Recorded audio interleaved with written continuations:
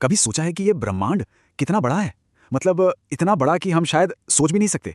और क्या इससे पार जाने का कोई शॉर्टकट हो सकता है? तो आज हम इन्हीं सवालों की तह तक जाएंगे। सबसे पहले तो ये समझेंगे कि ब्रह्मांड की विशालता असल में है कितनी बड़ी। फिर वर्म होल्स के पीछे की जबरदस्त साइंस में उतरेंगे और हाँ, आखिर में देखेंगे कि भविष्य में सफर करने के क्या क्या तरीके हो सकते हैं। तो चलिए शुरू करते हैं। देखिए, सबसे पहले तो हमें उस असली चुनौती को समझना होगा जिससे हम सब जूझ रहे हैं, और वो है हमारे ब्रह्मांड का साइज। ये इतना बड़ा है कि इसकी कल्पना करना भी लगभग नामुमकिन है। तो ये विशालता कितनी बड़ी है, चलिए एक अंदाजा लगाते हैं।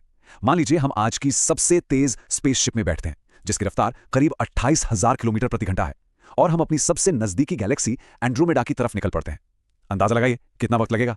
जवाब है 94.5 अरब साल। जी हाँ, 94.5 अरब साल। ये एक ऐसा नंबर है जिसे हमारा दिमाग ठीक से प्रोसेस भी नहीं कर सकता, और यही यही हमारी सबसे बड़ी मुश्किल है। तो फिर सवाल यही उठता है कि क्या हम हमेशा हमेशा के लिए अपनी इस गैलेक्सी में ही कैद रहेंगे, या फिर यहां से बाहर निकलने का भी कोई रास्ता है? और बस यहीं पर वर्म होल्स का जबरदस्त आइडिया सामने आता है। हाँ, वही वर्म होल्स जो हमने इंटरस्टेलर जैसी फिल्मों में देखे हैं। पर यह सिर्फ फिल्मों की कहानी नहीं, इसके पीछे असली साइंस है। अच्छा, स्कूल में तो हम सबने ये पढ़ाई है ना, कि दो पॉइंट्स के बीच की सबसे छोटी दूरी एक सीधी लकीर होती है। लेकिन कहानी में ट्विस्ट यहीं आता है। क्या हो अगर हम स्पेस को ही मोड़ दें एक तीसरे डायमेंशन में? जरा सोचिए, एक कागज की तरह अगर हम स्पेस को ही फोल्ड कर दें तो अचानक से एक बहुत ही छोटा रास्ता बन जाता है। और बस यही वर्म होल का बेसिक प्रिंसिपल है। तो देखिए, इसका एक प्रॉपर साइंटिफिक नाम भी है, आइंस्टाइन रोजन ब्रिज। ये नाम पड़ा महान साइंटिस्ट एल्बर्ट आइंस्टाइन और उनके साथी नैथन रोजन के नाम पर, जिन्होंने 1935 में ही ये कमाल का आइडिया पेश किया था। लेकिन ये जो वर्म होल शब्द है ना, ये असल में साइंटिस्ट जॉन व्हीलर ने 1957 में दिया था। उन्होंने ऐसे समझाने के लिए एक बहुत ही आसान सा लेकिन जबरदस्त उदाहरण दिया। उन्होंने कहा, जैसे एक कीड़ा सेब के आर पार छेद करके एक शॉर्टकट ले लेता है, ठीक वैसे ही वर्म होल स्पेस में एक शॉर्टकट बनाता है। कितना सिंपल है ना? तो अब सवाल ये उठता है कि ये कमाल के आइडियाज आए कहां से? इसका जवाब छिपा है एल्बर्ट आइंस्टाइन के सबसे बड़े काम में, उनकी थियरी ऑफ रिलेटिविटी में। सीधे शब्दों में कहें तो ये समीकरण हमें बताते हैं कि ग्रह और तारे जैसी भारी चीजें अपने आसपास के स्पेस टाइम को कैसे मोड़ देती हैं।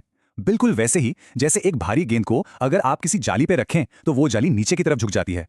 अब देखिए, सबसे मजेदार बात क्या है कि आइंस्टाइन के इन मुश्किल समीकरणों के ना, ठीक वैसे ही जैसे स्कूल में मैथ्स के इक्वेशन के होते थे, एक से ज्यादा जवाब हो सकते हैं।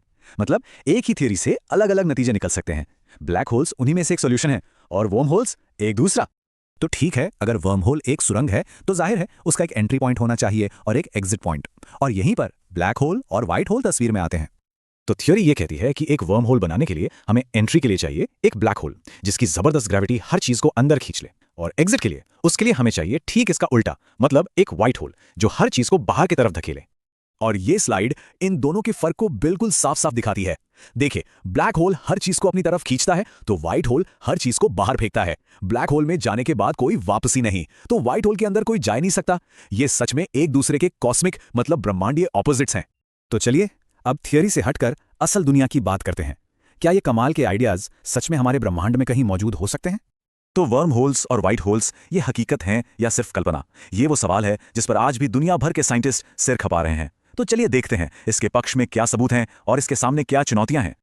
देखिए, ये कोई नया आइडिया नहीं है। इसकी कहानी 1935 में शुरू हुई जब आइंस्टाइन और रोजन ने इसका सिद्धांत दिया। फिर 1957 में जॉन व्हीलर ने इसे वर्म होल नाम दिया। बात तब और आगे बढ़ी जब 2006 में एक गामा रे बर्स्ट को देखकर लगा कि शायद वो एक व्हाइट होल हो, और 2015 में तो कमाल ही हो गया जब साइंटिस्ट्स ने लैब के अंदर एक छोटा सा मैग्नेटिक वर्म होल बना दिया। लेकिन कहानी में एक बड़ा लेकिन है। कई साइंटिस्ट्स का मानना है कि व्हाइट होल्स असल में हो ही नहीं सकते। क्यों? क्योंकि वो फिजिक्स के एक बहुत ही बुनियादी नियम को तोड़ते हैं, जिससे थर्मोडायनेमिक्स का दूसरा नियम कहते हैं। ये नियम कहता है कि किसी भी सिस्टम में अव्यवस्था मतलब एंट्रोपी हमेशा बढ़ती है, कभी कम नहीं हो सकती।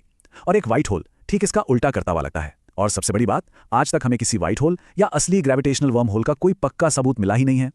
तो ठीक है, वर्म होल्स की कहानी तो हमने समझ ली, पर चलिए अब इससे भी आगे बढ़ते हैं और देखते हैं कि आइंस्टाइन की फिजिक्स हमें लाइट से भी तेज सफर के और कौन कौन से दिलचस्प रास्ते दिखा सकती है। 1994 में एक फिजिस्ट थे मिगेल अल्कुबियरे।